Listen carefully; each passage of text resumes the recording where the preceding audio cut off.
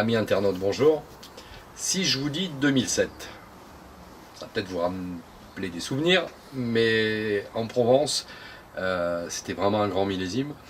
Alors j'ai choisi de vous présenter deux interprétations des 2007 qui sont deux vins qui sont finalement proches géographiquement parce qu'ils sont sur le terroir de l'appellation, ce que deviendra plus tard l'appellation Pierrefeu.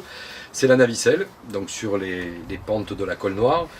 Donc dans sa cuvée Colle Noire 2007 qui a été pour moi le millésime révélation du domaine, puisque Yannick Huttard, l'actuel régisseur du domaine, est arrivé en 2006, a récupéré une propriété dans un état plutôt pas très engageant, et sur le millésime 2007, donc dans sa cuvée Colle Noire, où on va y retrouver du Morvan, de la Syrah, un petit peu de Grenache, quelques touches de Carignan, un passage sous bois qui a permis juste un petit peu de le polir, et des 2007 qui aujourd'hui ont fêté leurs 10 ans. Alors pour fêter les 10 ans, on en a ouvert une bouteille, et quelle émotion de retrouver des 2007, encore une fois, très bourguignon, vraiment dans le registre un peu des vins de la Côte de Nuit, avec cette suavité, cette élégance. C'est à mi-chemin finalement entre la Bourgogne et Châteauneuf-du-Pape. Je sais, ça fait un grand écart de profil de vin, mais voilà, il y a cette générosité et ce côté rassurant que vont avoir les grands grenages de Châteauneuf, et avec ces profils de vin du Sud. Aujourd'hui, si vous allez au domaine, ça sera 2013. Qui est une des plus belles réussites de ces 10 dernières années, que je vous invite à goûter déjà.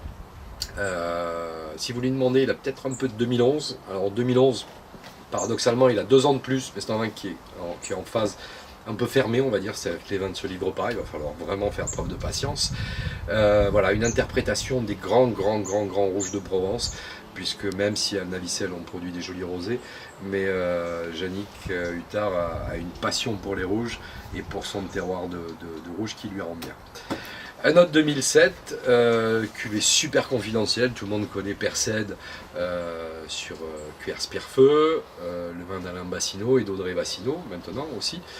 Alors c'est une toute petite cuvée qui s'appelle la cuvée Ruisseau des Crapauds. Je vous l'accorde, le nom n'est pas super engageant, mais par contre, quelle bouteille.